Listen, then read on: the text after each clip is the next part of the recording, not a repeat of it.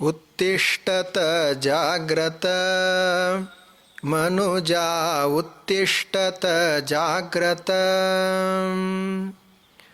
ಗುರಿಯನ್ನು ಸೇರುವವರೆಗೂ ನೀ ಅರೆಕ್ಷಣ ನಿಲ್ಲದೆ ಮುನ್ನಡೆ ಸಖನೆ ಉತ್ತಿಷ್ಠತ ಜಾಗ್ರತ ಮನುಜ ಉತ್ತಿಷ್ಠತ ಜಾಗ್ರತ ನಿನ್ನಯ ಗುರಿಯು ಆತ್ಮದರ್ಶನ ನಿನ್ನೊಳಗೆ ಇದೆ ಆರತುನ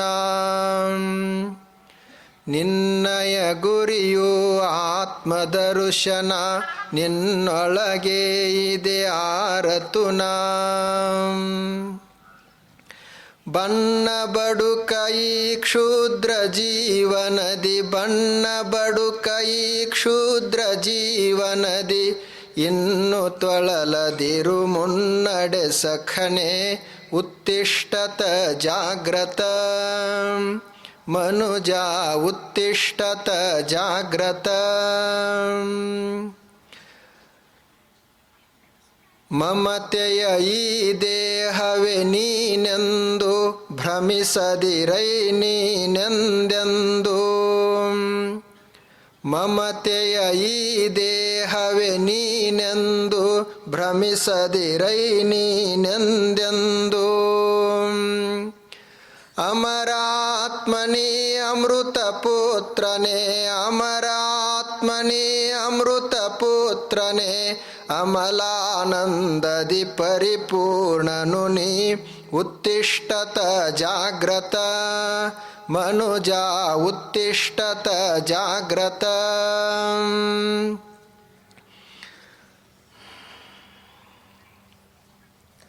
ಪೂಜ್ಯರಿಗೆ ಮತ್ತು ತಮಗೆಲ್ಲರಿಗೆ ನಮಸ್ಕಾರಗಳು.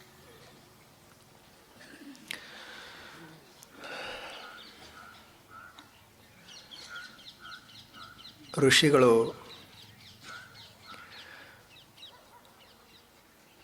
ಆಧ್ಯಾತ್ಮಿಕ ಉಪದೇಶವನ್ನು ನಮಗೆಲ್ಲರಿಗೂ ನೀಡಿದರು.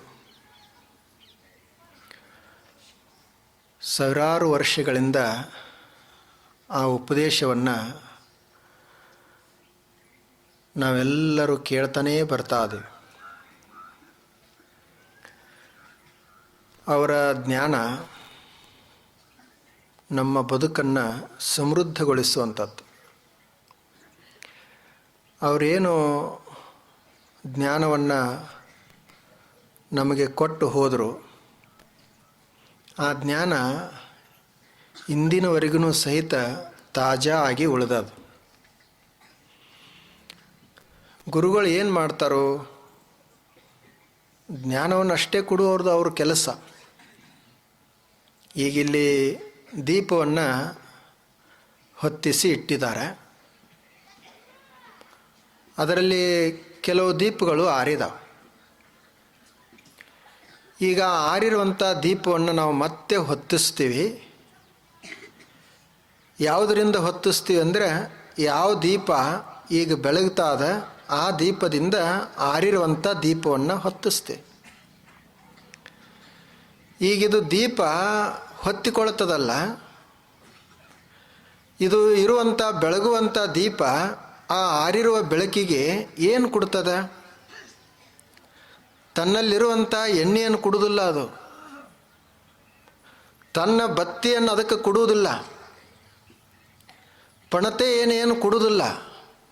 ಏನು ಕೊಡ್ತದ ಅಂದರೆ ಬರೀ ಬೆಳಕ ಕೊಡ್ತದ ಅಷ್ಟೆ. ಹಾಗೆ ಗುರು ಅಂದರೆ, ಋಷಿಗಳಂದ್ರೆ ಅವರು ಬೆಳಗುವ ದೀಪಿದ್ದ ಹಾಗೆ. ಒಬ್ಬ ಶಿಷ್ಯ ಅಂದ್ರೆ ಆತನಲ್ಲಿಯೂ ಬೆಳಗುವಂಥ ಸಾಮರ್ಥ್ಯ ಅದ, ಆದರೆ ಈಗ ಆರಿರುವಂಥ ದೀಪ ಆತ. ಈ ಶಿಷ್ಯ ಗುರುಗಳ ಸಮೀಪ ಹೋದ ಅಂದರೆ ಆ ಋಷಿಗಳ ಅನುಭವವನ್ನು ಆತ ಪಡೆದುಕೊಂಡ ಅಂದರೆ ಏನಾಗ್ತದೆ ಅಂದರೆ ಆತನಲ್ಲಿನೂ ದೀಪ ಬೆಳಗಲಿಕ್ಕೆ ಶುರು ಆಗ್ತದೆ. ಗುರುಗಳು ಏನು ಕೊಡ್ತಾರೋ, ಏನು ಆಸ್ತಿ ಕೊಡುವುದಿಲ್ಲ, ಮತ್ತೇನಾದರೂ ಕೊಡುವುದಿಲ್ಲ. ಏನು ಕೊಡ್ತಾರೋ ಅಂದರೆ ಬೆಳಕ ಕೊಡ್ತಾರ. ಅದು ಜ್ಞಾನದ ಬೆಳಕ. ಅದು ಬೆಳಗಲಿಕ್ಕೆ ಶುರು ಆಗ್ತದೆ. ಆದ್ದರಿಂದನೇ ನಾವು ಗುರುಗಳಿಗೆ ಅಷ್ಟು ಗೌರವವನ್ನು ಕೊಡುವುದು. ಗುರುಗಳು ಅಂದರೆ ನಮ್ಮಲ್ಲಿ ದೀಪವನ್ನು ಬೆಳಗಿಸುವಂಥವ್ರು, ನಮ್ಮಲ್ಲಿ ಜ್ಞಾನದ ಜ್ಯೋತಿಯನ್ನು ಪ್ರಜ್ವಲಿಸುವಂಥವ್ರು. ನಾವು ಗುರುಗಳಿಂದ ಏನನ್ನೂ ಬೇರೆ ಏನೂ ಅಪೇಕ್ಷೆ ಮಾಡೋದಲ್ಲ. ಅವ್ರ ಹತ್ತಿರ ಏನಿರ್ತದೆ, ಗುರು ಅಂದ್ರೇ ಬೆಳಕು. ಆ ಗುರು ಅನ್ನುವ ಶಬ್ದದ ಅರ್ಥವೇ ಬೆಳಕು. ಯಾರು ಸಂಪತ್ತನ್ನು ಹೊಂದಿದಾರ ಅವರು ಗುರುಗಳಂತಲ್ಲ, ಯಾರು ಅಧಿಕಾರದಲ್ಲಿದಾರ ಅವರು ಗುರುಗಳಂತಲ್ಲ. ಆ ಗುರು ಅನ್ನುವಂಥ ಶಬ್ದದ ಅರ್ಥನೇ ಬೆಳಕು ಅಂತ. ಯಾರು ಬೆಳಕಾಗಿ ಅದಾರ ಅವರೇ ಗುರುಗಳು. ಅವ್ರ ಹತ್ತಿರ ಸಂಪತ್ತಿರ್ಲಿಕ್ಕಿಲ್ಲ, ಅವ್ರ ಹತ್ತಿರ ಅಧಿಕಾರ ಇಲ್ಲದೇ ಇರಬಹುದು, ಆದರೆ ಅವ್ರ ಹತ್ತಿರ ಬೆಳಕಾದ. ಶಿಷ್ಯ ಏನು ಅಪೇಕ್ಷಿಸ್ತಾನೋ ಅಂದರೆ ಆ ಬೆಳಕನ್ನು ಮಾತ್ರ ಅಪೇಕ್ಷಿಸುವುದು. ಹೇಗೀಗ ಅದೊಂದು ಬತ್ತಿ, ಒಂದು ಪಣತೆ ಇನ್ನೊಂದು ದೀಪವನ್ನು ಬೆಳಗಿಸ್ತದೆ, ಅದಕ್ಕೆ ಏನೂ ಕೊಡುವುದಿಲ್ಲ, ಅದು ಬರೀ ಬೆಳಕ ಕೊಡ್ತದೆ. ಹಾಗೆ ಗುರು ನಮಗೆಲ್ಲರಿಗೂ ಜ್ಞಾನವನ್ನು ಕೊಡ್ತಾನೆ. ಆ ಋಷಿಗಳು ನಮಗೆಲ್ಲ ಜ್ಞಾನವನ್ನು ಕೊಟ್ಟು ಹೋದರು. ಅವರು ಅಂದು ಕೊಟ್ಟು ಹೋಗಿದ್ದಾರೆ. ಆದರೆ ಇಂದಿನವರೆಗೂ ಸಹಿತ ಎಷ್ಟು ದೀಪಗಳು ಹಾಗೆ ಹತ್ತಾನೇ ಅದಾವೆ.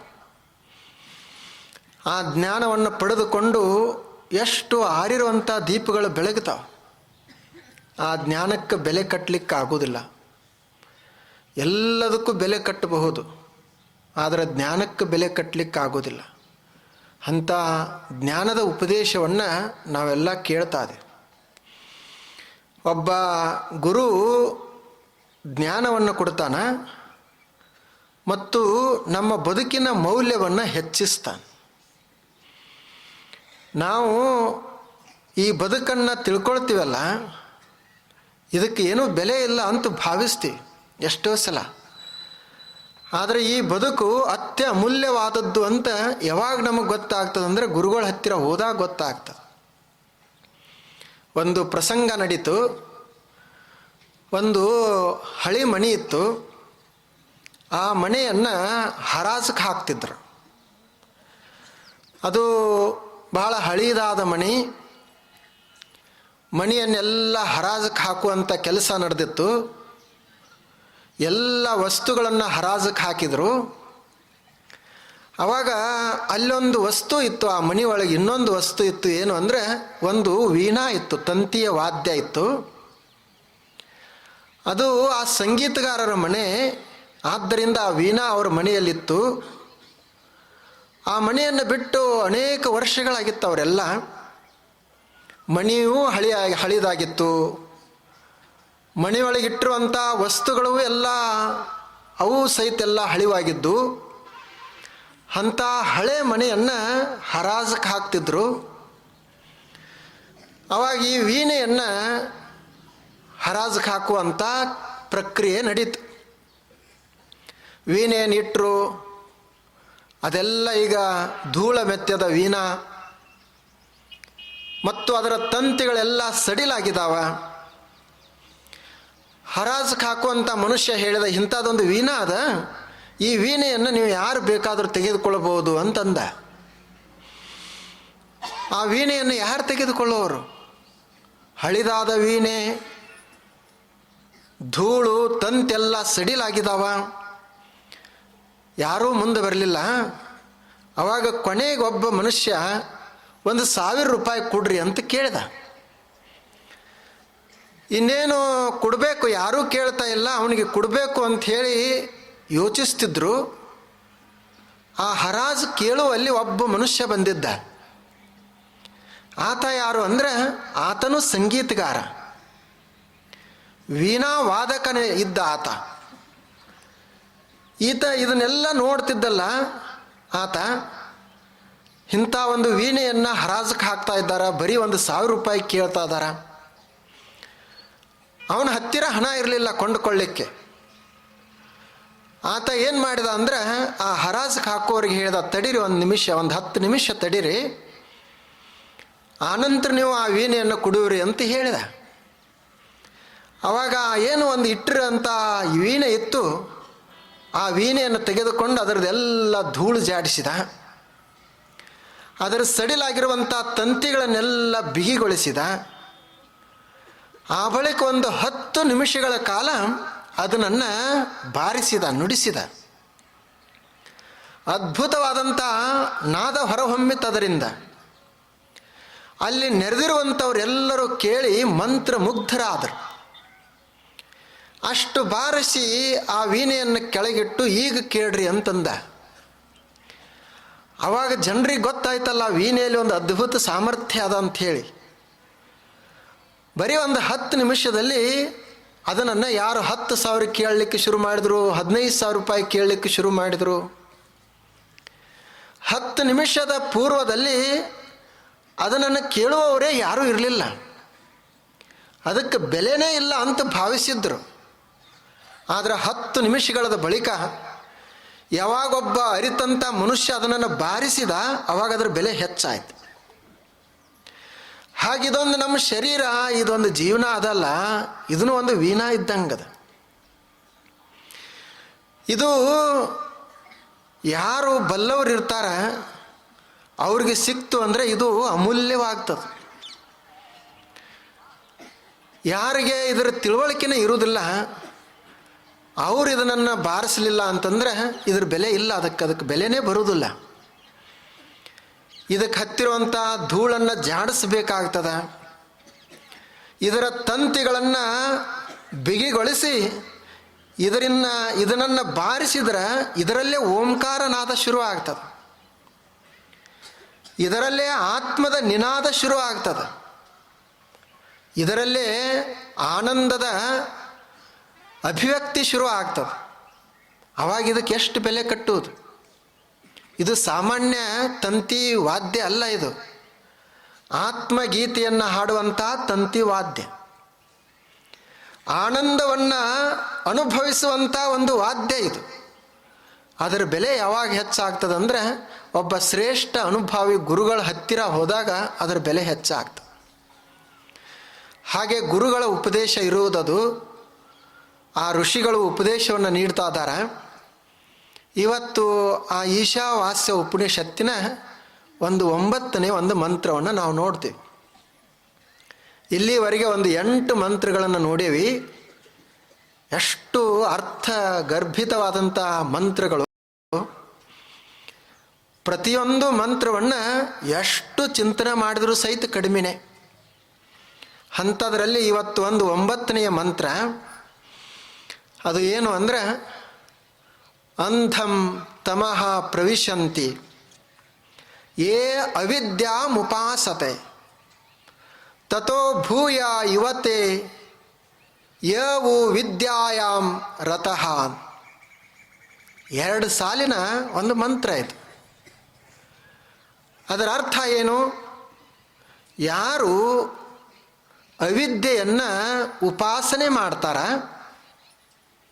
ಯೇ ಅವಿದ್ಯಾಮುಪಾಸತೆ, ಅವಿದ್ಯೆಯನ್ನು ಉಪಾಸನೆ ಮಾಡ್ತಾರ, ಅವರು ಅಂಧಕಾರ ಅನ್ನುವಂಥ ಲೋಕದಲ್ಲಿ ವಾಸ ಮಾಡ್ತಾರೋ. ಇದು ಮೊದಲನೇ ಸಾಲ. ಯಾರು ಅಜ್ಞಾನವನ್ನು ಉಪಾಸನೆ ಮಾಡ್ತಾರ, ಅವರು ಅಂಧಕಾರ ಕತ್ತಲೆಯ ಲೋಕದಲ್ಲಿ ವಾಸ ಮಾಡ್ತಾರೋ.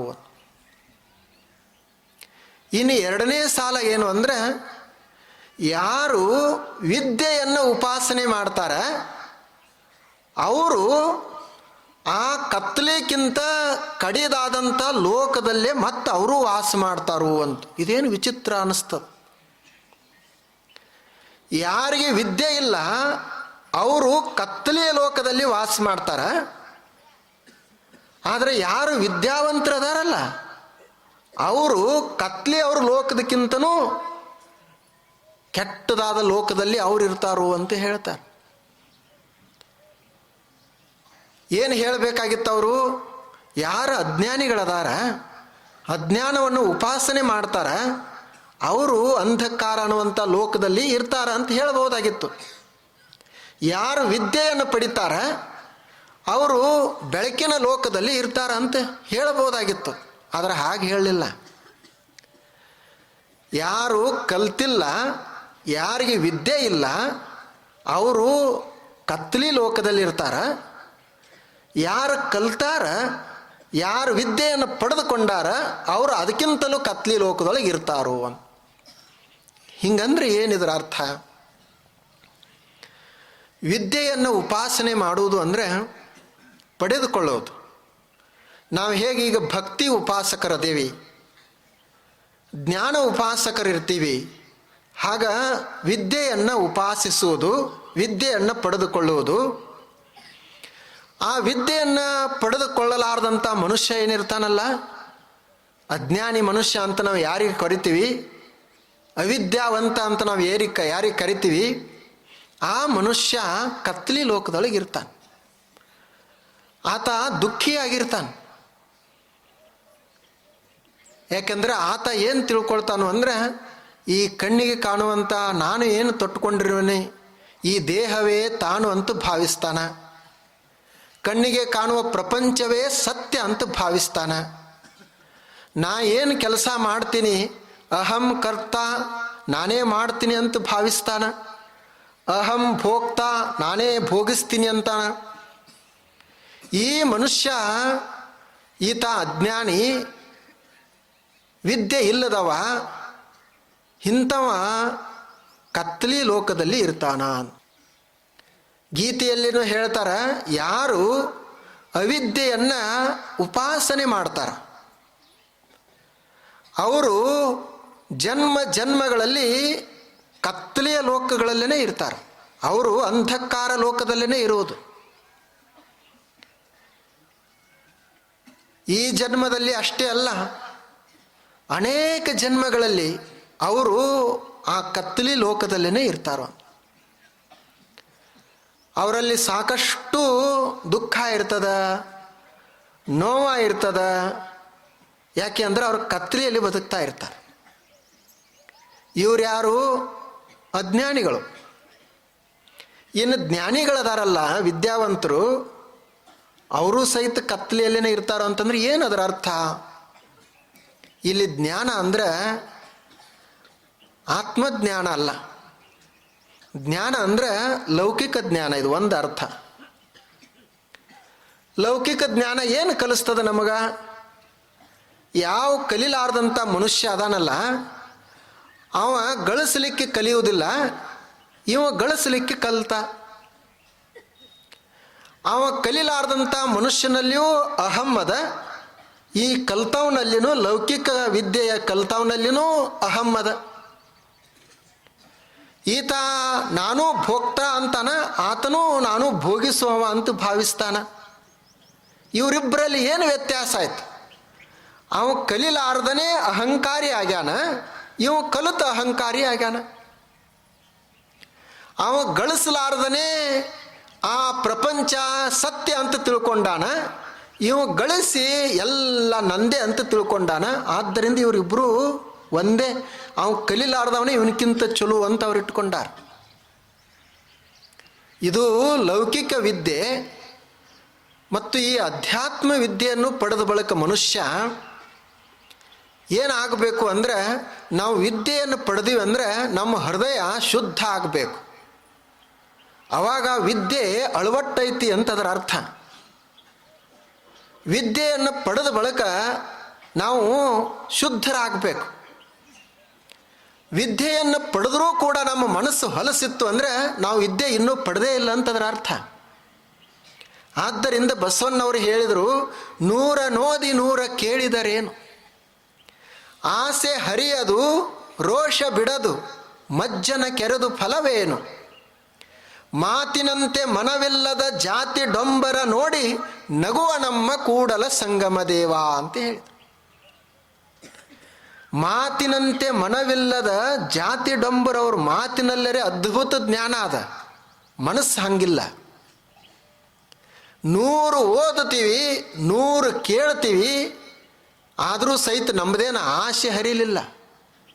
ರೋಷ ಬಿಡಲಿಲ್ಲ. ಇನ್ನು ಮಜ್ಜನ ಕೆರೆದು ಫಲ ಏನು? ಮಜ್ಜನ ಮಾಡುವುದಂದ್ರೆ ಅಭಿಷೇಕ ಮಾಡುವುದು, ಫಲ ಏನು? ಪೂಜೆ ಮಾಡಿ ಫಲ ಏನು? ಅವ ಪೂಜೆ ಮಾಡಲಾರ್ದೆ ಅದಾನ ಮನುಷ್ಯ, ಅವ ಚಲೋ ಅಲ್ಲ ನಮ್ಗಿಂತ. ನಾವು ದೇವ್ರ ಗುಡಿಗೆ ಹೋಗಿ ಪೂಜೆ ಮಾಡಿ ಏನಂತ ಬೇಡ್ಕೊಂಡ್ವಿ?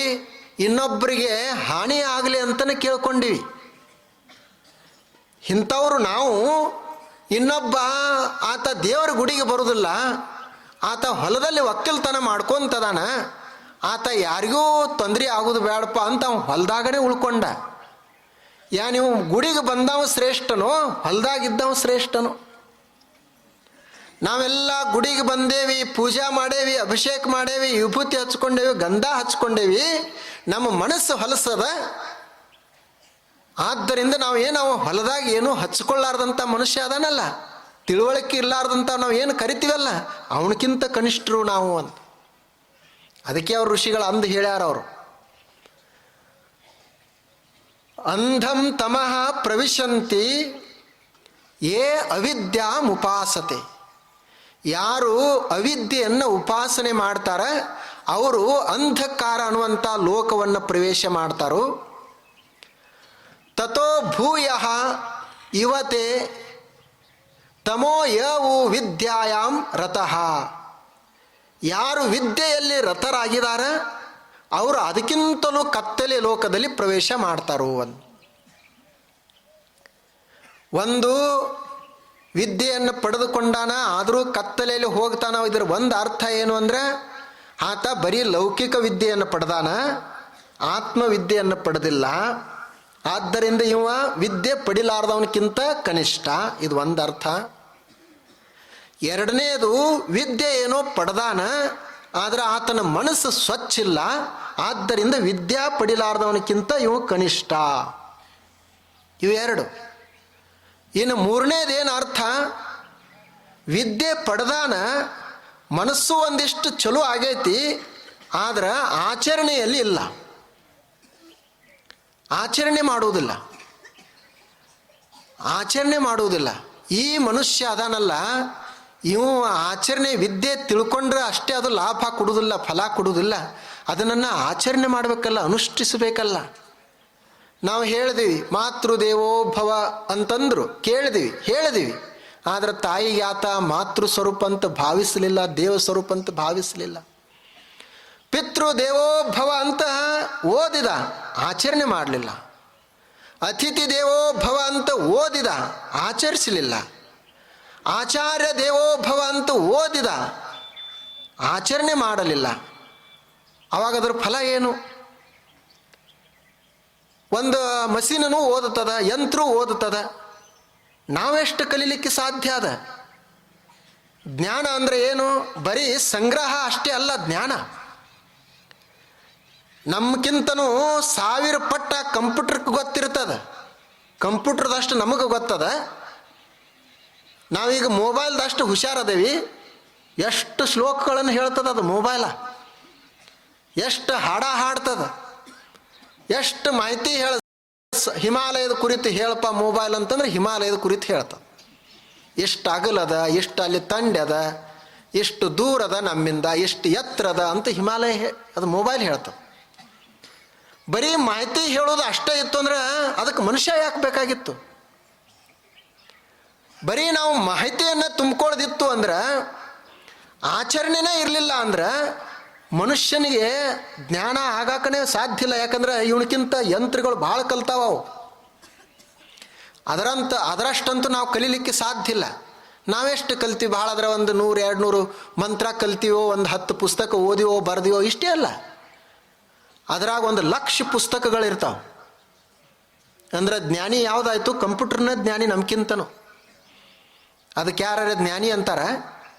ಯಾವ ಮನುಷ್ಯ ಜ್ಞಾನಿ? ಅವನು ಎಷ್ಟೇ ತಿಳಿದುಕೊಂಡಿರಲಿ ಅದನ್ನು ಆಚರಣೆಯಲ್ಲಿ ತಂದ ಅಂದ್ರೆ ಅವನಿಗೆ ಜ್ಞಾನಿ ಅಂತ ಕರೀತಾರೆ. ಆಗ ಆಚರಣೆ ಇಲ್ಲ ಈ ಮನುಷ್ಯಂದು. ಆದ್ದರಿಂದ ಇವ ತಿಳ್ಕೊಳ್ಳಾರ್ದಂಥ ಮನುಷ್ಯ ಅದನ್ನಲ್ಲ, ಅವ್ರಕ್ಕಿಂತಲೂ ಕನಿಷ್ಠ ಇವ. ಎಷ್ಟು ಚಂದ ಹೇಳ್ತಾರೆ ನೋಡ್ರಿ ಅವ್ರು. ಅದ್ಭುತವಾದಂಥ ಉಪದೇಶ ಅವ್ರದ್ದು. ಒಬ್ಬ ನ್ಯಾಯವನ್ನು ಕೊಡುವಂಥವು ಇರ್ತಾನೆ. ಅವನ ಹತ್ತಿರ ಇಬ್ಬರು ತಪ್ಪು ಮಾಡಿದವರು ಬರ್ತಾರೆ. ಅವರಿಬ್ಬರು ತಿಳುವಳಿಕೆ ಇಲ್ದವರು, ಅವರಿಬ್ಬರು ತಪ್ಪು ಮಾಡ್ಯಾರ, ಭೂಮಿಗಾಗಿ ಜಗಳ ಮಾಡಿದಾರ. ಅವರು ಯಾರ ಹತ್ತಿರ ಬಂದರು ಅಂದ್ರೆ ಯಾರು ತಿಳ್ಕೊಂಡಾರ ಅವ್ರ ಹತ್ತಿರ ನ್ಯಾಯ ಕೇಳಲಿಕ್ಕೆ ಬಂದರು. ನ್ಯಾಯ ಹೇಳುವಂಥ ಮನುಷ್ಯ ಬಲ್ಲವದಾನ. ಆತ ಹೇಗೆ ನ್ಯಾಯ ಹೇಳಬೇಕು, ಆತ ತಿಳುವಳಿಕೆ ಉಳ್ಳವದಾನ. ಅವರೇನು ಇಬ್ಬರು ನ್ಯಾಯ ಕೇಳಲಿಕ್ಕೆ ಬಂದಿದ್ರಲ್ಲ, ಅದ್ರಾಗ ಒಬ್ಬ ಶ್ರೀಮಂತಿದ್ದ, ಇನ್ನೊಬ್ಬ ಬಡವಿದ್ದ. ನಾಳೆ ಇನ್ನೇನು ನ್ಯಾಯ ಹೇಳೋದಿತ್ತು, ಅವಾಗ ಅವ ಏನು ಶ್ರೀಮಂತಿದ್ದಲ್ಲ, ಅವ ಹೋಗಿ ನ್ಯಾಯ ಹೇಳೋವನಿಗೆ ಕೈ ಬೆಚ್ಚಗೆ ಮಾಡಿದ. ತಿಳ್ಕೊಬೇಕಷ್ಟೇ, ತಂಡಿದು, ಭಾಳ ಬಿಚ್ಚಿ ಹೇಳಬಾರ್ದು. ಆಯಿತು, ಅದು ಅಷ್ಟೇ ಕಣ್ಣು ಸನ್ನಿ ಮೇಲೆ ಇರ್ತದ, ಮಾತಾಡೋದು ಇರೋದಿಲ್ಲ ಅಲ್ಲಿ. ಮರುದಿನ ನ್ಯಾಯ ನಡೀತು. ಯಾರು ತಪ್ಪು ಮಾಡಿದ್ರು ಅವನಿಗೆ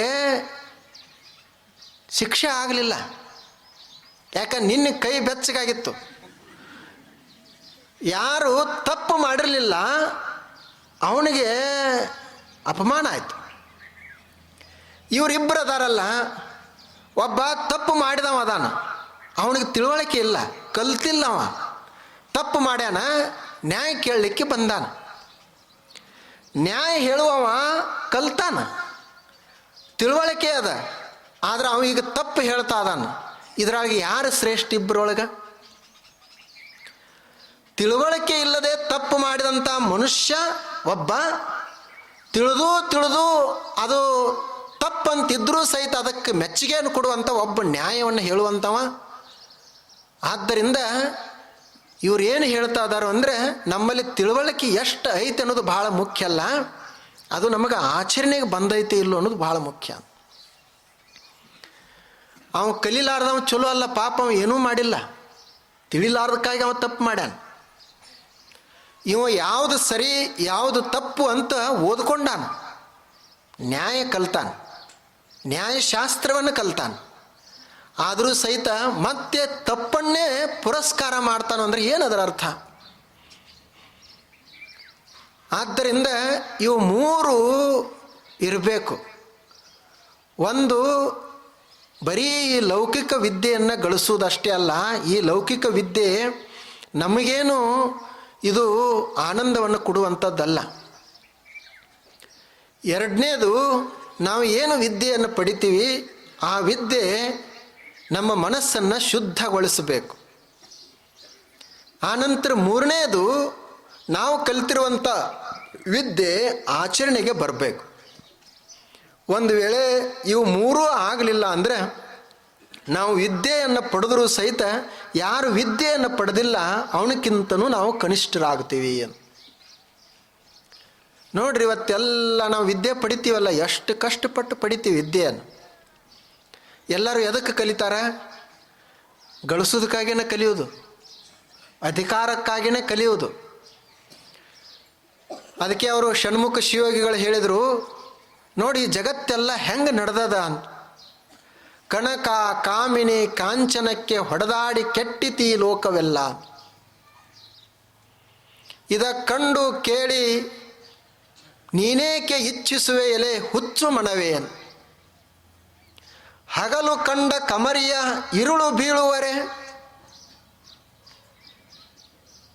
ನಿನಗೊಂದು ಉಪಾಯವನ್ನು ಹೇಳುವೆ ಕೇಳು, ಕೆಡಬೇಡ ಮನವೇ. ಜಗದೀಶ ಅಖಂಡೇಶ್ವರನ ನೆರೆ ನಂಬಿದೆಯಾದಡೆ, ನಿನಗ ನಾನು ಪರಮಾನಂದವನ್ನು ಕೊಡ್ತೀನಿ ಅಂತ ಅವ್ರು ಹೇಳ್ತಾರೆ. ಎಲ್ಲ ಜಗತ್ತಿನಲ್ಲಿ ಏನು ನಡೆದದ? ಕನಕ ಕಾಮಿನಿ ಕಾಂಚನಕ್ಕೆ ಹೊಡೆದಾಡಿ ಕೆಟ್ಟಿತಿ ಲೋಕವೆಲ್ಲ. ಕಲ್ತವರು ನಾವು ಯಾರನ್ನ ಆದರ್ಶ ಅಂತ ಭಾವಿಸ್ತೀವಿ, ಭಾರಿ ಕಲ್ತವರು ಅವ್ರು ಹೆಂಗೆ ಹೊಡೆದಾಡ್ತಾರೆ, ನಮ್ಗಿಂತ ಹೆಚ್ಚು ಹೊಡೆದಾಡ್ತಾರೆ. ಅದೆಲ್ಲ ಇದಕ್ಕೆ ಹೋರಾಡೋದು. ಕನಕ ಕಾಂಚನ ಕಾಮಿನಿ ಕಾಮಿತ ಭೂಮಿಗೆ ಈಗ ಒಂದು ಅಧಿಕಾರ ಅಂತ ಒಂದು ಸೇರಿಸ್ಕೊಳ್ಳೋದು ಅದ್ರಾಗ. ಅಧಿಕಾರಕ್ಕಾಗಿ, ಗೌರವಕ್ಕಾಗಿ, ಸನ್ಮಾನಕ್ಕಾಗಿ ನಾವೆಲ್ಲರೂ ಹೊಡೆದಾಡೋವ್ರೆ. ಅದಕ್ಕಾಗೇ ವಿದ್ಯೆಯನ್ನು ಕಲಿಯುವುದು. ಆನಂತರ ಇದನ್ನೆಲ್ಲ ನೋಡಿ ನೀ ಯಾಕೆ ಇಚ್ಛೆ ಮಾಡ್ತೀಯಲೇ ಮನವೇ, ಹುಚ್ಚು ಮನವೇ, ಹಗಲು ಕಂಡ ಕಮರಿಯನ್ನು ಇರುಳು ಬೀಳುವರೆ ಅಂತ. ಹಗಲಿನಲ್ಲಿ ಇವನೇ ಒಂದು ತೆಗ್ದಾನ ಮಣಿ ಮುಂದೆ, ಇವನೇ ತೆಗ್ದಾನ. ರಾತ್ರಿ ಹೋಗಿ ಅದ ತೆಗ್ದಾಗ ಇವ ಬಿದ್ದಾನ. ಹಿಂಗೆ ಯಾರೇ ಬೀಳ್ತಾರೆ ಏನು ಅಂತ. ಹಗಲಿನಾಗ ಇವನ ತೆಗ್ದಾನ. ಹಗಲು ಕಂಡ ಕಮರಿಯ ಇರುಳು ಬೀಳುವರೆ. ಇರುಳು ಅಂದ್ರೆ ರಾತ್ರಿ, ಹಗಲು ಒಂದ ತೆಗ್ದಾನ, ಹೊಂಡ ತೆಗ್ದಾನ. ರಾತ್ರಿ ಹೋಗಿ ಅದೇ ಹೊಂಡದಾಗ ಇವು ಬೀಳ್ತಾನ. ಹೀಗೆ ಯಾರೇ ಬೀಳ್ತಾರೇನು? ಹಗಲು ಕಂಡ ಕಮರಿಯ ಇರುಳು ಬೀಳುವರೆ. ಹಾಗೆ ನಾವೇ ಎಲ್ಲ ನೋಡ್ತಾ ಇದ್ದೇವೆ. ಎಲ್ಲರದು ಏನೇನಾಗೈತೆ ಎಲ್ಲರದು ನೋಡ್ತಾ ಇದ್ದೇವಲ್ಲ. ಈಗ ಎಲ್ಲರೂ ಹೊಡೆದಾಡೋರೇ ಅದಾರ. ಯಾರು ಶಾಂತವಾಗಿರ್ಬೇಕಂತ ಬಯಸುವವರಿಲ್ಲ. ಎಷ್ಟು ಬರೇ ಒಂದು ಸಣ್ಣ ಪುಟ್ಟ ಸನ್ಮಾನಕ್ಕಾಗಿ, ಗೌರವಕ್ಕಾಗಿ ಇತಿಹಾಸಗಳಲ್ಲಿ ನಾವು ಓದ್ತೀವಲ್ಲ, ಎಲ್ಲ ಆದದ್ದು ಎದಕ್ಕೆ ಅಂತಂದರೆ ನಮಗೆ ಅವರು ಗೌರವ ಕೊಡಲಿಲ್ಲ. ಹೋರಾಟ, ಯುದ್ಧಗಳು. ಆ ದುರ್ಯೋಧನ ಯಾಕೆ ಮುನಿಸಿಕೊಂಡ ಅಂದರೆ ಇವ್ರ ಮನೆಗೆ ಬಂದಲ್ಲ ಇಂದ್ರಪ್ರಸ್ಥಕ್ಕೆ, ಅವನಿಗೆ ಇವರು ಸರಿಯಾಗಿ ಗೌರವ ಕೊಡಲಿಲ್ಲ ಅಂತ ಆತ ಸಿಟ್ಟಿಗೆ ಬಂದ. ಸನ್ಮಾನಕ್ಕಾಗಿ, ಅಧಿಕಾರಕ್ಕಾಗಿ, ಗೌರವಕ್ಕಾಗಿ, ಆಸ್ತಿ ಅಂತಸ್ತಿಗಾಗಿ ಇದೇನು ಹೊಡೆದಾಡೋದು ನಡೆದದಲ್ಲ ಈ ಜಗತ್ತಿನಾಗ. ಇದನ್ನೆಲ್ಲ ಮತ್ತೆ ನಾವು ಕೇಳಿ ಒಂದು ವೇಳೆ ನಾವು ಮತ್ತೆ ಅದನ್ನೇ ಮಾಡಿದೀವಿ ಅಂದ್ರೆ ಹಗಲು ತೆಗೆದಿರುವಂಥ ತಗ್ಗದೊಳಗೆ ರಾತ್ರಿ ನಾವು ಹೋಗಿ ಬಿದ್ದಂಗೆ ಆಗ್ತೈತಿ ಅಂತ. ಆದ್ದರಿಂದ ನೀನು ಸ್ವಲ್ಪ ಇದನ್ನೆಲ್ಲ ನೋಡಿ ಜಗದ ಆಗು ಹೋಗವನ್ನು ಅರಿತು ಜಗದೀಶ ಅಖಂಡೇಶ್ವರನ ನೆರೆ ನಂಬಿದೆಯಾದಡೆ ನಿನಗೆ ನಾನು ಶ್ರೇಷ್ಠ ಪದವಿಯನ್ನು ಕೊಡ್ತೀನಿ ಅಂತ. ನಾವು ಜಗತ್ತೆಲ್ಲ ಒಂದು ಕಡೆ ನಡೆದದ, ಅದನ್ನೆಲ್ಲ ನೋಡ್ತೀವಲ್ಲ. ಎಲ್ಲರೂ ಆ ಕಡೆ ಹೊರಟಿರೋದ್ರಿಂದ ನಮ್ಮ ಕಡೆ ಬರೋರು ಯಾರು? ಅದು ಅವ್ರು ಮಾಡುವುದನ್ನೇ ಯೋಗ್ಯ ಅಂತ ಅನಿಸ್ತದ. ಅದಕ್ಕೆ ಅವರು ಬಹುಜನ ಏನಗತ ಸಪಂಥ ಅಂತ ಹೇಳಿದ್ದಾರೆ. ದಾರಿ ಯಾವುದಪ್ಪ? ಭಾಳ ಜನ ಯಾವ ದಾರಿಯಿಂದ ಹೋಗ್ತಾರೆ ಅದು ದಾರಿ ಅಂತ. ಒಬ್ಬರ ಹಾದ್ರಂದ್ರೆ ಅದಕ್ಕೆ ದಾರಿ ಅಂತಾರೆ ಏನು? ಇವರಿಬ್ಬರು ಹೊರಟಿದ್ರು ದಾರಿ ಮೇಲೆ. ಎರಡು ದಾರಿಗಳು ಬಂದು ಯಾವ ದಾರಿಗೆ ಹೋಗಬೇಕು ಅಂತ ಯೋಚನೆ ಮಾಡ್ತಿದ್ರು. ಯಾವ್ದು ಇದ್ರಾಗ ಸರಿ ದಾರಿ ಅಂತ ಯೋಚಿಸ್ತಿದ್ರು. ಅವರಿಬ್ಬರು ಕಲ್ತವ್ರಿದ್ರು. ಅವ್ರೇನು ಕಲ್ತಿದ್ರಲ್ಲ, ಒಂದು ಶ್ಲೋಕ ನೆನಪಾಯಿತು. ಏನು ಅಂದರೆ ಬಹುಜನ ಏನಗತ ಏನಗತ ಸಪಂಥ. ಬಹಳ ಜನರು ಯಾವ ದಾರಿಯಿಂದ ಹೋಗ್ತಾರೆ ಆ ದಾರಿ ಸರಿ ಐತಂತ ತಿಳ್ಕೊಳ್ಬೇಕು ಅಂತ ಓದಿದ್ರು ಅವರು. ಅಷ್ಟೊತ್ತಿಗೆ ಆ ಊರಿನ ಕಡೆಯಿಂದ ಒಂದು ಶವಯಾತ್ರೆ ಬಂತು. ಅವರೆಲ್ಲ ನೂರಾರು ಜನ ತೀರ್ಕೊಂಡಿರುವಂಥ ಮನುಷ್ಯನನ್ನು ತೊಗೊಂಡು ಬರಾಕತ್ತಿದ್ರು. ಇವರಿಬ್ಬರು ನಿಂತಿದ್ರು ದಾರಿ ಮೇಲೆ. ಒಂದು ದಾರಿಯಿಂದ ಎಲ್ಲರೂ ಹೊರಟರು. ಇವರು ತಿಳ್ಕೊಂಡ್ರು ಬಹಳ ಜನ ಯಾವ ದಾರಿಯಿಂದ ಹೋಗ್ತಾರೆ ಆ ದಾರಿಯಿಂದ ಹೋಗಬೇಕು ಅಂತ. ಅವ್ರ ಹಿಂದೆ ಹೊಂಟ್ರು. ಅದು ಎಲ್ಲಿ ಹೋಯ್ತು ಅಂದರೆ ಸ್ಮಶಾನಕ್ಕೆ ಹೋಯ್ತು. ಬಹಳ ಜನ ಎಲ್ಲಿ ಹೋಗ್ತಾರ? ಅವ್ರ ದಾರಿ ಅಲ್ಲ, ಬಹುಜನ ಅಲ್ಲ, ಮಹಾನ್ ಜನ. ಏನಗತ ಸಪಂಥ. ಬುದ್ಧ ನಡೆದಿರುವಂಥ ದಾರಿ ಮೇಲೆ ಯಾರೂ ನಡೆದಿರ್ಲಿಕ್ಕಿಲ್ಲ. ಆ ದಾರಿ ಮೇಲೆ ನಾವು ಹೋಗೋಣ. ಬಸವಣ್ಣವರು ನಡೆದಿರುವ ದಾರಿ ಮೇಲೆ ಯಾರೂ ನಡೆದಿರ್ಲಿಕ್ಕಿಲ್ಲ. ನಾವು ಆ ದಾರಿ ಮೇಲೆ ಚಲಿಸೋಣ. ಎಲ್ಲರೂ ಚಲಿಸುವಂಥ ಧಾರಿ ಮೇಲೆ ನಾವು ಹೋದಿವಿ ಅಂದ್ರೆ ಅದು ಸ್ಮಶಾನಕ್ಕೆ ಹೋಗ್ತದೆ. ಅದನ್ನು ಕೈಲಾಸ ಅಂತಾರೆ. ಅದಕ್ಕೂ ರುದ್ರ ಭೂಮಿ, ಅದು ಕೈಲಾಸ ಧಾಮ. ಅಲ್ಲಿಗೆ ಹೋಗ್ತದೆ. ನಾವು ಒಬ್ಬರೇ ಹೋಗ್ತೀವಲ್ಲ, ಅಲ್ಲೊಂದು ಕೈಲಾಸ, ಅದಕ್ಕೂ ಕೈಲಾಸಕ್ಕೆ ಕರ್ಕೊಂಡು ಹೋಗ್ತದೆ. ಅದನ್ನು ನೋಡುವುದಲ್ಲ, ನಾವು ಆಲೋಚನೆಯನ್ನು ಮಾಡಬೇಕು ಅಂತ. ಆಲೋಚನೆಯನ್ನು ಮಾಡಬೇಕು. ನಾವೇನು ವಿದ್ಯೆ ಕಲಿತೀವಿ ಅದು ಆಚರಣೆಯಲ್ಲಿ ಬರಬೇಕು. ಆ ವಿದ್ಯೆ ನಮ್ಮ ಮನಸ್ಸನ್ನು ಶುದ್ಧಗೊಳಿಸಬೇಕು ಮತ್ತು ಅದು ಆಧ್ಯಾತ್ಮಿಕ ವಿದ್ಯೆ ಆಗಿರಬೇಕು. ಬರೀ ಲೌಕಿಕ ವಿದ್ಯೆಯನ್ನಷ್ಟೇ ಕಲಿಯುವುದಲ್ಲ. ಲೌಕಿಕ ವಿದ್ಯೆ ನಮ್ಮಲ್ಲಿರುವಂಥ ಅಹಂಕಾರವನ್ನು ಹೆಚ್ಚು ಮಾಡ್ತದೆ, ನಮ್ಮಲ್ಲಿರುವಂಥ ಮೋಹವನ್ನು ಹೆಚ್ಚು ಮಾಡ್ತದೆ, ನಮ್ಮಲ್ಲಿರುವಂಥ ಮಾತ್ಸರ್ಯವನ್ನು ಹೆಚ್ಚು ಮಾಡ್ತದೆ, ನಮ್ಮಲ್ಲಿರುವಂಥ ಕ್ರೋಧವನ್ನು, ಕಾಮನ್ನು, ಲೋಭವನ್ನು ಹೆಚ್ಚು ಮಾಡ್ತದೆ. ಅದಕ್ಕೆ ತುಪ್ಪ ಹಾಕ್ತದೆ ಇದು. ಅಧ್ಯಾತ್ಮ ವಿದ್ಯೆ ಅದನ್ನೆಲ್ಲ ಕಡಿಮೆ ಮಾಡ್ತದೆ. ನಾವು ಹೊರಗೆ ಶ್ರೀಮಂತರಾಗಬಹುದು ಲೌಕಿಕ ವಿದ್ಯೆಯಿಂದ, ಆದರೆ ಒಳಗೆ ಬಡವರಾಗ್ತೀವಿ. ಅಧ್ಯಾತ್ಮ ವಿದ್ಯೆಯಿಂದ ಹೊರಗೆ ಬಡವರು ಇರಬಹುದು, ಒಳಗೆ ಶ್ರೀಮಂತರಿರ್ತೀವಿ. ಯಾವುದು ಬೇಕು ನಮಗೆ ಆಯ್ಕೆ ಮಾಡ್ಕೊಳ್ಬೇಕು.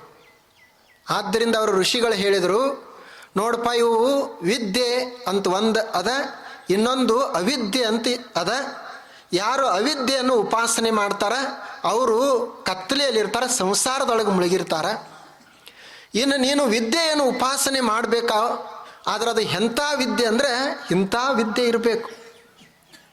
ಏನೂ ತಿಳಿಲಾರ್ದವರು ಜಗಳ ಮಾಡ್ತಿದ್ರು ಅಂದರೆ ಅವಾಗೇನಂತಾರೆ, ಏನೂ ಗೊತ್ತಿಲ್ಲ, ಜಗಳಾಡಕತ್ತೇವ, ಅದರ ಕಡೆ ಭಾಳ ಲಕ್ಷ್ಯ ಕೊಡೋದಿಲ್ಲ. ಆದರೆ ಎಲ್ಲ ತಿಳಿದು ಜಗಳ ಮಾಡ್ತಿದ್ರಂದ್ರೆ ಏನಂತಾರೆ, ಏನೂ ತಿಳಿದಿಲ್ಲಪ್ಪ ಇವ್ರಿಗೆ ಅಂತಾರೆ. ಅವನು ತಿಳಿಲಾರ್ದವನಕ್ಕಿಂತ ಚಲೋ, ತಿಳಿಲಾರ್ದವನಕ್ಕಿಂತ ಇವರು ಕನಿಷ್ಠ ಅಂತ ಹಾಗೆ ಭಾವಿಸ್ತಾರೆ. ಆದ್ದರಿಂದ ಇವತ್ತು ನಮ್ಮ ದೇಶದಲ್ಲಿ ಎಲ್ಲ ನೋಡ್ತೀವಲ್ಲ ನಾವು, ಸಾಮಾನ್ಯ ಜನರಿಂದ ಏನು ಭಾಳ ಹಾನಿ ಇಲ್ಲ. ಯಾರು ಕಲ್ತಿಲ್ಲಲ್ಲ ಅವರಿಂದ ಏನೂ ಹಾನಿ ಇಲ್ಲ. ಆದರೆ ಏನು ಭಾಳ ಕಲ್ತಿರ್ತೀವಲ್ಲ ನಾವು, ಅವರಿಂದನೇ ಹಾನಿ ಭಾಳ ಇರೋದು. ಯಾರು ನಾವು ಕಲಿಲಾರ್ದವ್ರು ಪಾಪ ಏನು ಮಾಡ್ತಾರೆ, ಅವ್ರೇನರ ಸ್ವಲ್ಪ ಮೋಸ ಮಾಡ್ಬೇಕು ಅನಿಸ್ತು ಅಂದರೆ ಹಾಲಿನಾಗ ಸ್ವಲ್ಪ ನೀರು ಹಾಕ್ತಾರೆ, ಇಷ್ಟೇ ಮಾಡೋದು ಅವರು ಕಲಿಲಾರ್ದವರು. ಇನ್ನು ಕಲ್ತವರು ಅವ್ರೇನು ಮಾಡ್ತಾರೆ, ಅವ್ರು ಹಾಲ ಕುಡ್ದಲ್ಲ, ನೀರ ಹಾಲು ಅಂತ ಕೊಟ್ಟು ಬಿಡ್ತಾರೆ. ನಾವು ಕಲಿಲಾರ್ದವರು ಸ್ವಲ್ಪ ಒಂದು ಬಟ್ಲು ಹೆಚ್ಚಾಗಲಿ ಅಂತ ಇಷ್ಟೇ ಮಾಡೋದು ನಾವು. ಆದರೆ ಅವ್ರು ನೋಡ್ರಿ ಎಷ್ಟು ಹುಷಾರಿರ್ತಾರೆ, ಎಷ್ಟು ಶಾನ್ಯಾರಿರ್ತಾರೆ. ಅವರು ನೀರ ಕೊಡ್ತಾರೆ, ಹಾಲು ಅಂತ ನಾವು ಉಣ್ಣೋದು. ಈಗ ಅವ್ರೇನೋ ಹೇಳ್ತಾರಲ್ಲ, ಎಣ್ಣೆ ಕೊಡ್ತಾರೆ, ಎಣ್ಣೆ ಅಲ್ಲಂದ್ರು ಎಣ್ಣೆ ಅಂತ ಕೊಡ್ತೀವಿ, ತಿಂತೀವಿ ನಾವು ಅದನ್ನು. ಅವು ಯಾವ ಪದಾರ್ಥಗಳೇ ಅಲ್ಲ, ಅದನ್ನು ನಾವು ಉಣ್ತೀವಲ್ಲ. ಅವರು ಬುದ್ಧಿವಂತರು. ಅದಕ್ಕೆ ಅವರು ಅಮೇರಿಕದ ರೂಸ್ವೆಲ್ಟ್ ಅಂಥೇಳಿ ಅಧ್ಯಕ್ಷರಾಗಿ ಹೋದರು. ಅವ್ರು ಹೇಳಿದ್ರಂತ, ಏನು ಅಂದರೆ, ಕಲಿಲಾರ್ದಂಥ ಮನುಷ್ಯ ಕಳ್ಳತನ ಮಾಡಿದ ಅಂದರೆ, ಒಂದು ರೇಲ್ ಅಂತ ಇಟ್ಕೊಡ್ರಿ, ರೇಲ್ ಹಳಿ ಇರ್ತದೆ. ಕಲಿಲಾರ್ದ ಮನುಷ್ಯ ಅವ ಕಳ್ಳತನ ಮಾಡಿದ ಅಂದ್ರೆ ಏನು ಮಾಡ್ತಾನೆ ಅಂದರೆ, ಅಲ್ಲಿರುವಂಥ ನಟ್ಟುಗಳು, ಒಂದು ಸಣ್ಣದೊಂದು ಕಬ್ಬಿನ ಅಷ್ಟೇ ಕಳ್ಳತನ ಮಾಡ್ತಾನೆ. ಆದರೆ ಕಲ್ತ ಒಂದು ವೇಳೆ ಕಳ್ಳತನ ಮಾಡಬೇಕು ಅಂತ ಅನಿಸ್ತಂದ್ರೆ, ಅವನಲ್ಲಿ ಕಳ್ಳತನ ಬಂತು ಅಂದ್ರೆ ಇಡೀ ಟ್ರೇನನ್ನೇ ಕಳ್ಳತನ ಮಾಡ್ತಾನೋ ಅಂತ.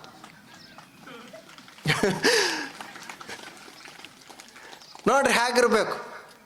ಎಷ್ಟೆಷ್ಟು ಕೋಟಿ, ಎಷ್ಟೆಷ್ಟು ಲಕ್ಷ.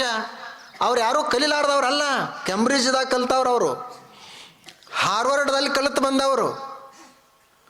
ನಾವು ಇಲ್ಲೇ ನಮ್ಮ ಊರಾಗಿನ ಶಾಲ್ಯಾಗ ಕಲ್ತವರು ಚಂದ ಇರ್ತೀವಿ.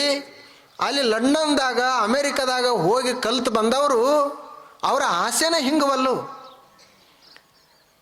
ಏನು ಮನೆ ಕಟ್ತಾರ, ಏನು ಆಸ್ತಿ ಮಾಡ್ತಾರ, ಎಷ್ಟು ಆಸೆ, ಎಷ್ಟು ಬೆಳಿತಿರಬೇಕು. ಆದ್ದರಿಂದ ಅವರು ಋಷಿಗಳು ಹೇಳ್ಯಾರ, ಕಲಿಲಾರ್ದಂಥ ಮನುಷ್ಯ ಬರೀ ಅಂಧಕಾರದಾಗಿರ್ತಾನೆ. ಈ ಜನ್ಮದಾಗ ಅಷ್ಟೇ ಅಂಧಕಾರ ಇರ್ತದೆ. ಈ ಕಲಿತ ಮನುಷ್ಯ ಯಾರು ಈ ಬರೀ ಗಳಿಸುವಂಥ ವಿದ್ಯೆಯನ್ನು ಕಲಿತಾನಿಲ್ಲ, ಇವು ಅನೇಕ ಜನ್ಮಗಳಲ್ಲಿ ಅಂಧಕಾರದಲ್ಲೇ ಇವು ಇರ್ತಾನೋ ಅಂತ. ಅವ್ರೇನು ತಿಳ್ಕೊಂಡಾರ, ನಮ್ಮ ಜೀವನ ಸಾರ್ಥಕ ಆಯಿತು, ನಾವು ಸಫಲ ಆದೀವಿ, ಇಷ್ಟೆಲ್ಲ ಮಾಡಿದೀವಿ ಅಂತಾರ. ಅವ್ರದ್ದು ನಿಮ್ಮದು ಇದು ಒಂದೇ ಜನ್ಮದಾಗ ಮುಗಿದಿಲ್ಲ, ಇನ್ನೂ 100 ಜನ್ಮ ಬರಬೇಕಾಗೈತೆ ನಿಮ್ಮದು ಅನುಭವಿಸ್ಲಿಕ್ಕೆ. ಮಾಡಿದ್ದೆಲ್ಲ ಅನುಭವಿಸ್ಲಾರ್ದ ಯಾರು ಮಾಡೋರು, ಅನುಭವಿಸೋರು ಯಾರು ಅದನ್ನು? ನೀವು ನೀರನ್ನು ಹಾಲು ಮಾಡಿದ್ದು ಅನುಭವಿಸೋರು ಯಾರಪ್ಪ? ಯಾರು ಅನುಭವಿಸ್ತಾರ ಅದನ್ನು? ನೀವೇ ಅನುಭವಿಸ್ಬೇಕು ಅದನ್ನು, ಬೇರೆ ಯಾರೂ ಅನುಭವಿಸುವುದಿಲ್ಲ. ಆದ್ದರಿಂದ ನಾವು ಯೋಚನೆ ಮಾಡಬೇಕು ಬೇಕು. ಮನುಷ್ಯನಿಗೆ ಸ್ವಲ್ಪ ಆಚರಣೆ ಬೇಕು. ಯಾವುದು ಒಳ್ಳೆಯದು, ಯಾವುದು ಕೆಟ್ಟದು ಅಂತ ಗೊತ್ತಿರಬೇಕು. ಆನಂತರ ಅದನ್ನು ಆಚರಣೆಯಲ್ಲಿ ತರಬೇಕು. ಅಪ್ಪುಗಳು ಒಬ್ಬರದು ಸಂಗೀತಗಾರ ಕುರಿತು ಹೇಳ್ತಿದ್ದರು. ಒಬ್ಬ ಶ್ರೇಷ್ಠ ಸಂಗೀತಗಾರಿದ್ರಂತ. ಅವರು ಒಂದು ದಿವಸ ಹೀಗೆ ಒಂದು ಊರಿನಲ್ಲಿ ನಿಂತುಕೊಂಡಿದ್ದರು. ಊರಿನಲ್ಲಿ ಒಂದು ಯಾವುದೋ ಊರಿಗೆ ಹೋಗಬೇಕಾಗಿತ್ತು, ಅಲ್ಲಿ ನಿಂತಿದ್ದರು. ಆ ಸಮಯಕ್ಕೆ ಒಬ್ಬ ಬಾಲಕ ಇವ್ರ ಹತ್ತಿರ ಭಿಕ್ಷೆ ಕೇಳಲಿಕ್ಕೆ ಬರ್ತಾನೆ. ಅವನು ಸಣ್ಣ ಹುಡುಗ. ಅವನು ನೋಡಿದ್ರೆ ಭಿಕ್ಷೆ ಬೇಡುವಂಥ ಹುಡುಗ ಅಂತ ಅನಿಸ್ತಿರ್ಲಿಲ್ಲ. ಆದರೆ ಮೈ ಮೇಲೆ ಎಲ್ಲ ಸಾದಾ ಬಟ್ಟೆ ಇದ್ದು ಬಡವ ಅಂತ ಅನಿಸ್ತಿತ್ತು. ಅವಾಗ ಇವರು ಸಂಗೀತಗಾರ ಇದ್ರಲ್ಲ, ಇವರು ಆ ಹುಡುಗನಿಗೆ ಕೇಳಿದರು, ಯಾಕೆ ಭಿಕ್ಷಾ ಬೇಡ್ತಿ ಅಂತ ಕೇಳಿದರು. ಅವಾಗ ಹುಡುಗನಿಗೆ ಕಣ್ಣಲ್ಲಿ ನೀರು ಬಂತಂತ. ಏನಿಲ್ಲ, ನಮ್ಮ ತಾಯಿಗೆ ಆರಾಮಿಲ್ಲ, ಆಕೆಗೆ ಔಷಧ ಕುಡಿಸ್ಬೇಕಾಗ್ಯದ, ಆದರೆ ನನ್ನ ಹತ್ತಿರ ರೊಕ್ಕಿಲ್ಲ, ದುಡಿಯುವಂಥ ಸಾಮರ್ಥ್ಯನೂ ನನ್ನ ಹತ್ತಿರ ಇಲ್ಲ. ಯಾರ ಹತ್ತಿರರೇ ಭಿಕ್ಷಾ ಬೇಡಿ ಸ್ವಲ್ಪ ರೊಕ್ಕವನ್ನು ಪಡೆದುಕೊಂಡು ನಮ್ಮ ತಾಯಿಗೆ ಔಷಧ ಕುಡಿಸ್ಬೇಕಂತ ಬಂದನಿ ಅಂತ ಅವ್ನು ಹುಡುಗಂದಂತ. ಸಂಗೀತಗಾರನಿಗೆ ಬಹಳ ನೋವು ಅನಿಸ್ತು. ಆತ ಆಯಿತು ತಡಿ, ಒಂದಿಷ್ಟು ಕೂಡು, ಇಲ್ಲೇ ಕುಳಿತುಕೋ ಅಂತ ಕೂಡಿಸಿದ್ರು. ಅವನ ಹತ್ತಿರ ಏನು ಸಂಗೀತಗಾರನ ಹತ್ತಿರ ವಾದ್ಯಗಳಿದ್ದು ಅವುಗಳನ್ನೆಲ್ಲ ತೆಗೆದ ಆತ ಬಾರಿಸಲಿಕ್ಕೆ ಶುರು ಮಾಡಿದ, ಹಾಡಲಿಕ್ಕೆ ಶುರು ಮಾಡಿದ. ದೊಡ್ಡ ಸಂಗೀತಗಾರ ಅದ್ಭುತವಾಗಿ ಹಾಡಿದ. ಸುತ್ತಮುತ್ತಲೂ ನೆರೆದಿರುವಂಥ ಎಲ್ಲ ಜನ ರೊಕ್ಕ ಕೊಡ್ಲಿಕ್ಕೆ ಶುರು ಮಾಡಿದರು. ಅಲ್ಲಿ ಸಾಕಷ್ಟು ರೊಕ್ಕ ಸಂಗ್ರಹ ಆಯಿತು. ಆನಂತರ ಸ್ವಲ್ಪ ಬಾರಿಸಿದ ಬಳಕ ಎಲ್ಲ ಮುಗಿತಲ್ಲ, ಮುಗಿದ ನಂತರ ರೊಕ್ಕ ಎಲ್ಲ ಗಂಟು ಕಟ್ಟಿ ಆ ರೊಕ್ಕವನ್ನೆಲ್ಲ ಹುಡುಗನ ಕೈಯಾಗ ಕೊಟ್ಟಂತ, ನೋಡಿ ಇವ್ರನ್ನ ತೆಗೆದುಕೊಂಡು ಮನೆಗೆ ಹೋಗು, ಇವುಗಳನ್ನು ತೆಗೆದುಕೊಂಡು ನೀನು ಔಷಧ ತಂದು ನಿಮ್ಮ ತಾಯಿಗೆ ಔಷಧ ಹಾಕಿ ಆಕೆಯನ್ನು ಗುಣಪಡಿಸು ಅಂತ ಅವನು ಸಂಗೀತಗಾರ ಅಂದ. ನೋಡ್ರಿ, ಆ ಹುಡುಗ ಇಷ್ಟೆಲ್ಲ ರೊಕ್ಕ ಅವಶ್ಯಕತೆ ಇಲ್ಲ ಅಂತ ಅವ ಅಂತಿದ್ದಂತ. ಸಂಗೀತಗಾರ ಅಂದ, ಇವು ನನ್ನೂ ಅಲ್ಲ ರೊಕ್ಕ, ನಾನು ನಿನಗಾಗಿ ಹಾಡಬೇಕಂತ ಹಾಡಿದೆ, ಎಷ್ಟು ಬಂದು ಅಷ್ಟೆಲ್ಲ ರೊಕ್ಕ ನಿನ್ನೂ ಅಂತೀವ ಆತನಿಗೆ ಕೊಟ್ಟು ಕಳಿಸಿದ. ಹೇಗಿರಬೇಕು, ಇದಕ್ಕೆ ವಿದ್ಯೆ ಅಂತ ಕರೀತಾರೆ. ನಾವು ಹಾಡ ಹಾಡಿ ಬರೀ ನಮಗಾಗೇನೆ ತುಂಬಿಕೊಳ್ತಿದ್ವಿ ಅಂತಂದ್ರೆ ನಮ್ಮ ಸಂಗೀತ ಎದಕ್ಕಂತ ಉಪಯೋಗ ಬಂತದ್ದು. ನಮ್ಮ ಕಿಸೆನೇ ತುಂಬಲಿಲ್ಲ, ನಮ್ಮ ಮಣಿನೇ ತುಂಬಲಿಲ್ಲ ಅಂದರೆ ಎಷ್ಟು ನಾವು ಹಾಡ ಹಾಡಿದ್ರೇನು, ಎಷ್ಟು ಭಕ್ತಿ ಗೀತೆಗಳನ್ನು ಹಾಡಿದ್ರೆ ಏನು? ಈ ಭಕ್ತಿ ಗೀತೆಗಳಿಗೆ ಒಲಿಯುವುದಿಲ್ಲ ದೇವರು, ಈ ಭಕ್ತಿಯನ್ನು ಮೆಚ್ಕೊಳ್ಳೋದಿಲ್ಲ. ಇನ್ನೊಬ್ಬ ಮನುಷ್ಯ ಇರ್ತಾನೆ, ಅವನಿಗೆ ಹಾಡ ಬರೋದಿಲ್ಲ, ಆದರೆ ಹೃದಯದಲ್ಲಿ ಭಕ್ತಿ ಅದ. ಅವನಿಗೆ ಪೂಜಾ ಮಂತ್ರಗಳು ಬರುವುದಿಲ್ಲ, ಆದರೆ ಹೃದಯದಲ್ಲಿ ಭಕ್ತಿ ಅದ. ಇನ್ನೊಬ್ಬ ಭಾರೀ ಸ್ವರಬದ್ಧವಾಗಿ, ಸಂಗೀತಬದ್ಧವಾಗಿ, ತಾಳಬದ್ಧವಾಗಿ, ಲಯಬದ್ಧವಾಗಿ ಸರಿಯಾಗಿ ಉಚ್ಚಾರಣೆಯನ್ನು ಮಾಡ್ತಾನೆ, ಆದರೆ ಅವನು ದೇವರಿಗಾಗಿ ಮಾಡಕತ್ತಿಲ್ಲ, ಅವನು ರೊಕ್ಕಕ್ಕಾಗಿ ಮಾಡಕತ್ತಾನ. ಅವನಿಗೆ ಹೇಗೆ ದೇವರು ಒಲಿಲಿಕ್ಕೆ ಸಾಧ್ಯ ಅದ? ರೊಕ್ಕ ಒಲಿಬಹುದಿನ, ದೇವ್ರು ಹೆಂಗೆ ಒಲಿಲಿಕ್ಕೆ ಸಾಧ್ಯ ಆಗ್ತದೆ? ಆದ್ದರಿಂದ ಈ ವಿದ್ಯೆಯನ್ನು ನೀನು ಕಲಿತೀಯಲ್ಲ, ಅದು ಎಂಥ ವಿದ್ಯೆ ಇರಬೇಕು ಮತ್ತು ಅದು ಹೆಂಗಿರಬೇಕು, ಆ ಪಡೆದುಕೊಂಡಂಥ ವಿದ್ಯೆಯನ್ನು ನೀನು ಹೆಂಗೆ ಆಚರಣೆ ಮಾಡಬೇಕು, ಇದು ಬಹಳ ಮಹತ್ವದೈತಿ ಅಂತ ಹೇಳಿದರು ಅವರು ಋಷಿಗಳು. ಇದನ್ನು ತಿಳ್ಕೊಳ್ಳಾರ್ದ ಮನುಷ್ಯ ಏನೇನೋ ಮಾಡ್ತಾ ಇರ್ತಾನೆ. ಆದ್ದರಿಂದ ನಾವೆಲ್ಲ ವಿದ್ಯೆಯನ್ನು ಪಡೆದುಕೊಳ್ಳೋಣ, ಅದು ಆತ್ಮವಿದ್ಯೆಯನ್ನು ಪಡೆದುಕೊಳ್ಳೋಣ. ಆನಂತರ ಆ ವಿದ್ಯೆಯನ್ನು ನಾವು ಆಚರಣೆಯಲ್ಲಿ ತರಲಿಕ್ಕೆ ಪ್ರಯತ್ನ ಮಾಡೋಣ ಮತ್ತು ಆ ವಿದ್ಯೆ ನಮ್ಮ ಮನಸ್ಸನ್ನು ಸ್ವಚ್ಛಗೊಳಿಸಬೇಕು. ಹಾಗಾಯಿತು ಅಂದರೆ ನಾವು ನಿಜವಾದ ವಿದ್ಯಾವಂತರು ಅಂತ ಕರೆಸಿಕೊಳ್ತೀವಿ. ಇಲ್ಲಾದ್ರೆ ಬರೀ ಪುಸ್ತಕ ಜ್ಞಾನ, ಈ ಒಂದು ಯಂತ್ರ ಕಲ್ತಂಗೆ ಕಲ್ತಾನು ಅಂತ ಅದರ ಅರ್ಥ ಅಷ್ಟೆ. ಅದರಿಂದ ಏನೂ ಲಾಭ ಇಲ್ಲ. ಇಷ್ಟು ಇದು ಈ ಮಂತ್ರದ ಅರ್ಥ. ಇನ್ನು ನಾಳೆ ಒಂದು ದಿವಸದ ನಾವು ಬರೀ ಈಗ 9 ಮಂತ್ರ ನೋಡಿದ್ವಿ, ಅದರಲ್ಲಿ 18 ಮಂತ್ರಗಳದಾವ ಈಶಾವಾಸ್ಯ ಉಪನಿಷತ್ತಿನಲ್ಲಿ. ಅರ್ಧ ನೋಡಿದೀವಿ ಈಗ. ಇನ್ನು ನಾಳೆ ಒಂದು ನೋಡಿದ್ವಿ ಅಂದರೆ ಪೂರ್ತಿ ಆಯಿತು ಅಂತ ತಿಳ್ಕೊಳ್ಬೇಕು. ಮತ್ತು ಉಳಿದದ್ದು ಯಾವಾಗ್ರಿ ಅಂತ ಕೇಳಬಾರ್ದು. ಅವೆಲ್ಲ 18ರದ್ದು ಒಂದೇ ಅಂತ ಇಟ್ಕೊಳ್ಬೇಕು. ನಾಳೆ ಒಂದು ಹಂತ ಮಂತ್ರವನ್ನು ನೋಡೋಣ. ನಾಳೆ ಕೊನೆಯ ದಿನ. ತಾವೆಲ್ಲರೂ ಬನ್ನಿ ಅಂತ ಹೇಳ್ತಾ, ಇವತ್ತೆಲ್ಲ ಪೂಜ್ಯರು ಬಂದಿದ್ದಾರೆ, ಮುಳಸವಳಿಗೆ ಪೂಜ್ಯರು, ಉಳಿದಂತೆ ಎಲ್ಲರೂ. ನಾಳೆ ಮತ್ತೆ ನಾವೆಲ್ಲರೂ ಸೇರೋಣ. ಎಲ್ಲರಿಗೂ ನಮಸ್ಕಾರ.